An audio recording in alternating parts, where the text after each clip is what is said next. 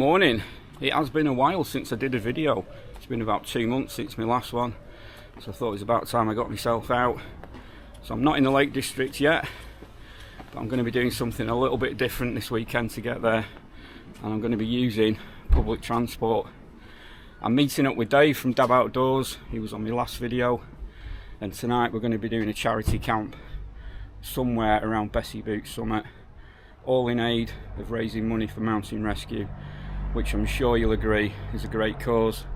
There's going to be over 100 people out tonight camping on various Wainwright summits, all raising money for mountain rescue. I've never needed them myself, but it's good peace of mind to know that they're there if it all goes wrong and you need them to come and help you and get you. So right, a couple of trains and a couple of buses, and I shall see you in the Lake District.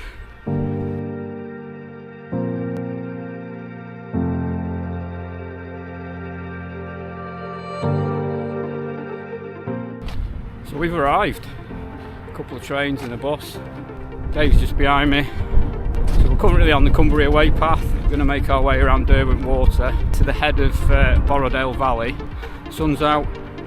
See how it goes.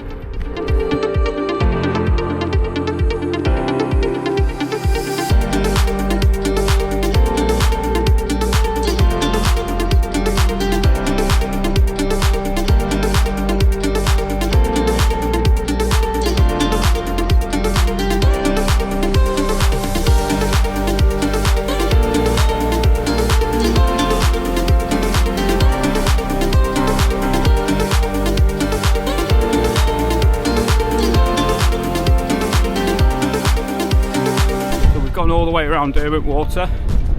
We're about 5 miles in, and we're just about to go through Hallows Farm campsite. So we're still on the Cumbria Way. I have actually stayed here both times that I've done the Cumbria Way. I've done the Cumbria Way twice and I've stayed here both times. It's a really good campsite, very basic, but you literally do walk through it if you walk in the Cumbria Way. I have stayed here with the family as well, so with the big tent that we've got. So yeah, thinking of doing the Cumbria Way. It's ideal.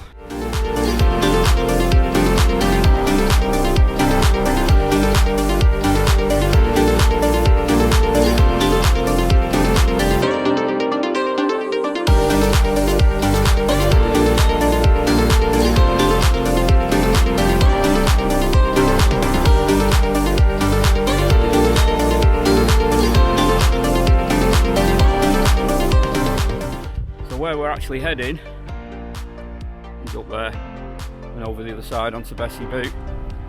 So we're reckoning we've got probably about 2.5 miles, I reckon, left to do. But yeah, get off this road, get onto the path, and then it's all uphill. So we are now heading straight up to Bessyboot. Been quite an enjoyable walk up until now. Oh well, up we go.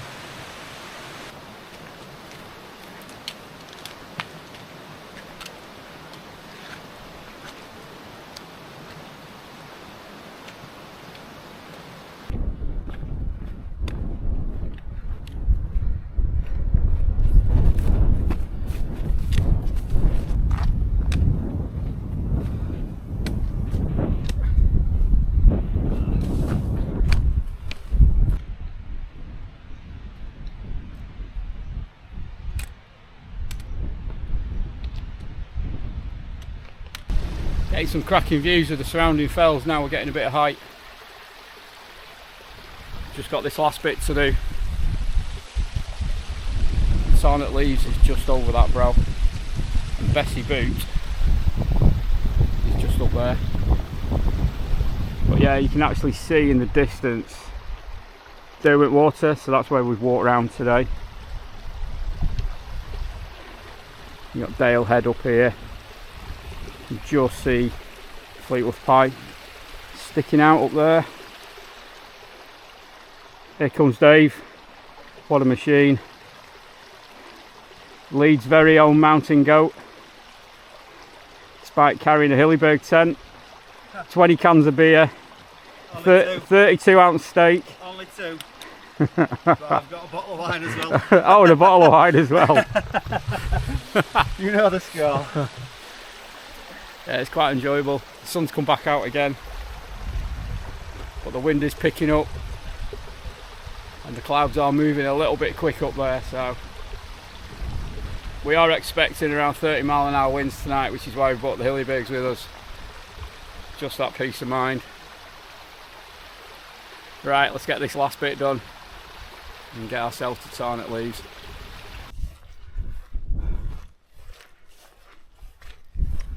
Tarnet Leaves. There's a couple of people already here.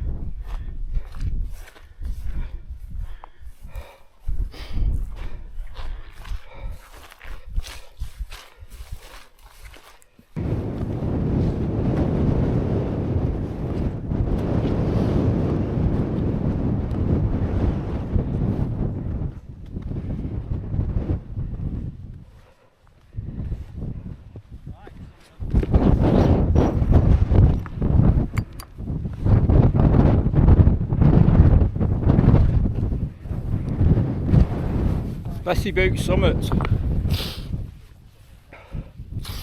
It's a bit windy up here. The wild campers down at the tarn that I saw before. It's actually Chris from Blot Outdoors. I don't subscribe to his channel, but I have watched some of his videos. They are a bit different, we should say. So yeah, he's camping there tonight. Sound guy, really nice bloke. He was saying he's gone full time now. So packed his job in and he's a full time YouTuber. Comes out twice a week to make his videos. So yeah, it was when you sort of watch someone on YouTube and then you look at someone when you're out on the fells and you think, hang on a minute. Towards Skidder and Derwent. I know your face. So yeah. Fleetwood Pike, Dale Head. Obviously, he didn't know me and Dave. Red table, green table. But yeah, sound bloke. So yeah, if you're watching this, Chris, it's good to meet you, pal.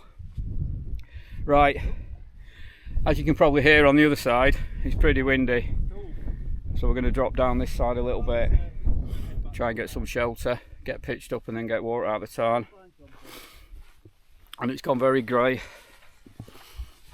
in the sky, so yeah, we're gonna have a wander around, get somewhere to pitch.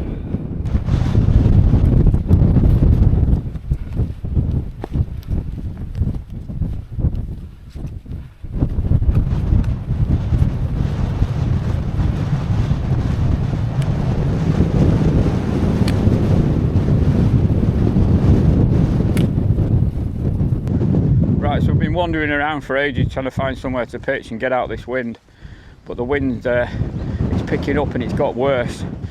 So it's getting late, it's 7:30. We just want to get the tents up, get inside, get out this wind and get some food on. So Dave's going to go there, he's putting his tent up now. I'm going to go here next to him. The tarn is behind us, lower down. Right, so hopefully you can hear me. I always mark out where I'm going to put the tent with my trekking poles. The wind's coming this way, straight at me. So that's the way the tent's going to go, into the wind. Poles are already up, which are there at the side of me. Tent's in the bag.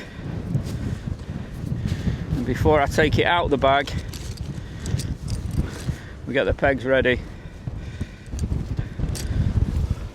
One of the good things about Hilleberg tents is they are designed for these conditions, but it's not just about the tent. The more you deal with conditions like this, the more you get used to it.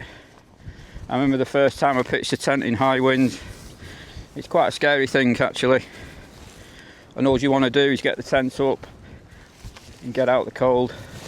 So before I even take the tent out of the bag, I have one loose guy line, and I know that this guy line is the corner of the tent where the door is.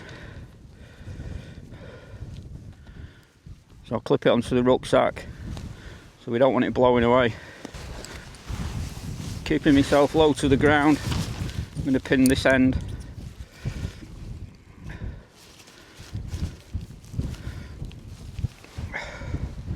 Move the trekking poles, I don't need them anymore. Not until tomorrow.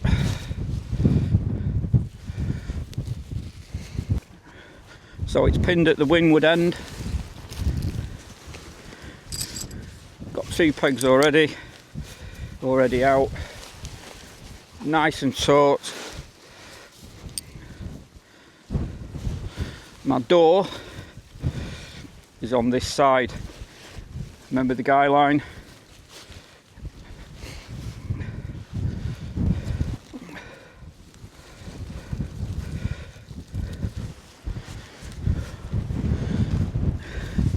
It's good practice for putting tents up in windy conditions, because obviously if it was winter time you'd have the wind chill to deal with as well, so you'd be wearing gloves and everything's just a little bit harder. Okay, so we're going to put the poles in.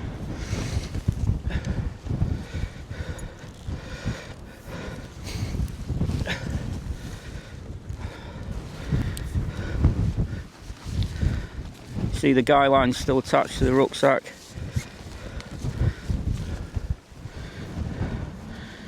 Get the blue one in.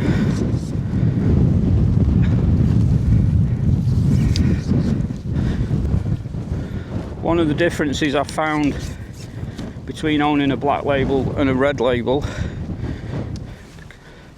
because I was lucky enough to own them both, is the black label is pretty strong before you even guy it out,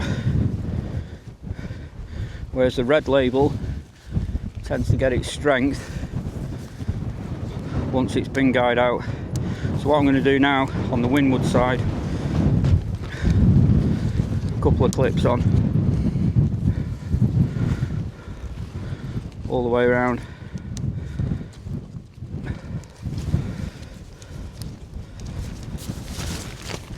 You've got your top hat, that's secured, it'll just flap around, it's not going to go anywhere.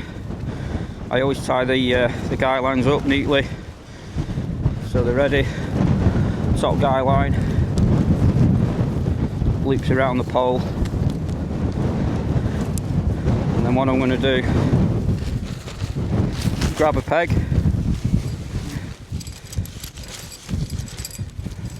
I'm going to get 2 pegs. I'll probably go off camera, but I'm going to guy it at the side of the camera. So I'm off camera again, I'm at the side of the camera. I think the key to this is just having a routine and practicing and doing it more and more. I'm a firm believer that the more you do something, the better you become at it. And like I said before, it is quite daunting the first time you do this. Make sure it's not trapped anywhere. Sometimes they get caught under the clips, and then we'll just cinch it up.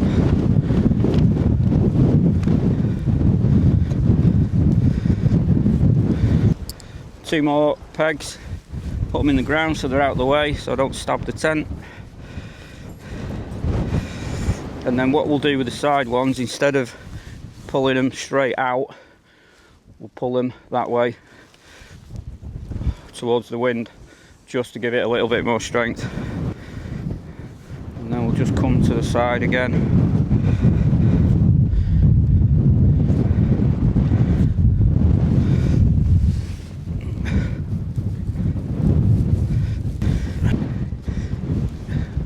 I've never had, or I don't think I've ever had from memory, a Hilleberg guy line come undone.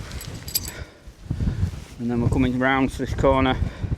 I know you won't be able to see because of where the camera is, but same again. Wrap it around the pole, nice and long. You want your guy lines as long as possible. Nicely into the ground. we are done. Nice solid structure, it's not going to go anywhere. It's all firmly pegged in. I will double peg these guy lines just as a precaution, but I've got a really good firm grip into the ground. They're not going to come out, they're not going to go anywhere. You can obviously put boulders on, that can help as well, but yeah, let's get everything inside, make it a home and get the kettle on. Right, so I made myself a brew earlier. I've had that. I've just been over to Dave's tent. He was polishing off his steak. But very nice, to be honest. I'm not as on a posher meal tonight. I'm on a adventure chicken curry meal. I've not tried this one before, and I actually got this one for my daughter to take with her on a D&V, but she didn't eat it. So it's going to be Dad's meal tonight. The wind is trying to drop. And it's not as bad as it was before. It's quite a nice view. So obviously Dave's here. Bessyboot Summit is just there, which I think we're going to go to later on. So yeah, it would have been quite a nice evening tonight if it wasn't for that wind. So yeah, I think we've got about another 40 minutes of daylight and then it's going to go dark. I think the plan later is to go up on the summit of Bessyboot. So I'm going to have my meal. I've got a can of brew dog with me, so I'm going to enjoy that. Try and enjoy my chicken curry. They're not great, are they? But they do serve a purpose. And I have got another one. I actually bought two. So yeah, I'm hoping they're alright because I've actually got two of them to eat. Alright, I'm going to eat this, drink my Hazy Jane, and I'll probably see you later on Bessyboot Summit. So I just thought I'd brave it out of the tent for a bit. It's absolutely freezing. Still blowing a gale. Seen a couple of head torches on various summits. I think everyone was meant to be out the tents at 11 o'clock flashing head torches. But I think they've all gone back in the tents now, it's just too cold. Yeah, I think that's where I'm headed. Let's get back in the tent. Right, we're all tucked up, feeling a bit warmer. It's absolutely freezing out there.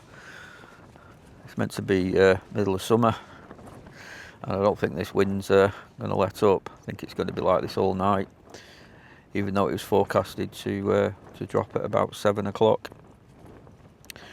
It's not going to happen. So it's currently 11:30, so I think I'm going to get some shut-eye. So earplugs are going in and try and get some sleep. So I'll see you all in the morning. Night for now. Well, good morning. It's still windy, but nowhere near as bad as it was last night. So I think we're just going to have a brew and a cereal bar. I think Dave's on about getting his drone up. We've just had a bloke over, actually, another YouTuber, looking at the tents and stuff, looking at the Unna. So he's going down now to have a word with Blot Outdoors. He's just there. I don't know if you can make him out. Signs of life down there now. So it looks like they're all getting ready to pack up. So yeah, like I say, we're going to have a brew, cereal bar, and then we'll get the tents dropped and make a move, I think. Right, that's us all packed up. You know the score, leave no trace. I was there, there's nothing there now. Dave was over there, there's nothing there now. Really good spot this. Cracking views. Yeah, nice one Dave, because he found it. Pity about the wind, but there you go. But yeah, it could be one I might return to in the future, this. Right, let's get going.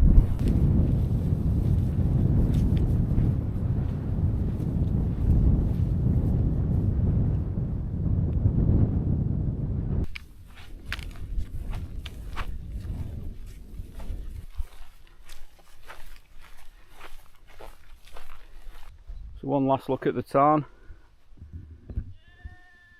We were actually pitched up here, and then Bessyboot summit is there. Yeah, it's quite a nice spot. I have camped here before. Don't know if you can make out the boulder. Where's my finger? It's about there. There's a big boulder. I camped there probably about 4 years ago in the Axo. But yeah, you got plenty of water for a water source. Right, our way down is that way.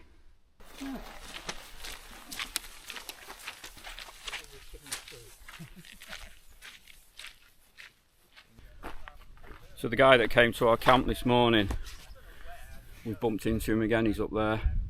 He has got a YouTube channel. I don't know if I mentioned that before, but I can't remember what he said his YouTube channel was called, so I'll ask him again and I'll put it on screen.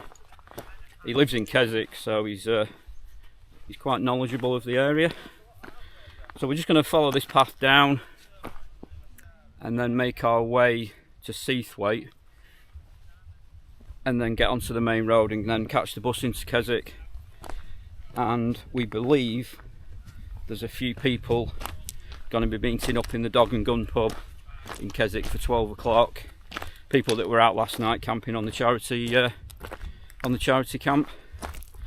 So we might go and have a beer with them. And then it's another bus from Keswick to Penrith train station and get the train home. Right, keep making our way down.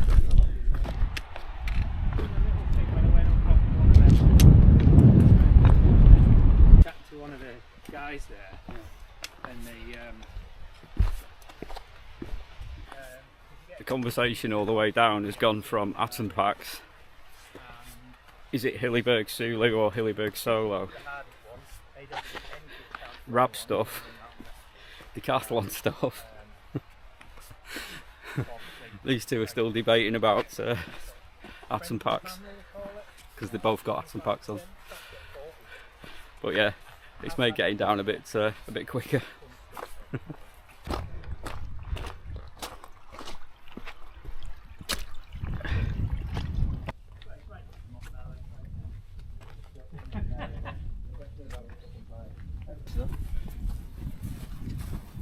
Oh, it's the Outkit one. So we're back on the main road near Chapel House campsite. So I think I'm going to end the video here. So if you're still watching, thank you very much. We've just got to get the bus now to Keswick, probably have a beer and something to eat, and then a bus to Penrith train station, and then the train home. So my thoughts on public transport: would I do it again? And to be honest with you, I would. I think it gives you the freedom. You can go wherever you want. Rather than doing a circular walk, you can do sort of a linear walk. So I could have gone from Keswick to the Langdales, got the bus in the Langdales to the train station. So yeah, it is definitely something I would do again. I think if I was doing an overnighter like I've done, I'd probably just still use the car. But I think if I was coming for a couple of nights and I was wanting to do, say, I don't know, Keswick to the Langdales, or maybe over to Eskdale, I think it just opens up a lot more options, because you don't have to go back to where the car is. Money wise, it would have cost me 25 quid in diesel. It would have cost me a tenner to park at Seathwaite. I would have met Dave at Seathwaite because he gets the bus and the trains, so we wouldn't have had that walk around Derwent water.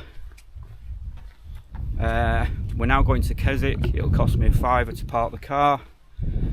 On the train, it's cost me 30 quid for a train ticket. Little bit of bus fare. It's 3 quid anywhere on a bus in the Lake District. So yeah, money wise, it's about the same. I think it all boils down to just having the convenience of the car. So yeah, it is definitely something I would consider and probably do again. So I hope you've enjoyed the video. Thanks again for watching, and as always, I'll catch you on the next one. Bye for now.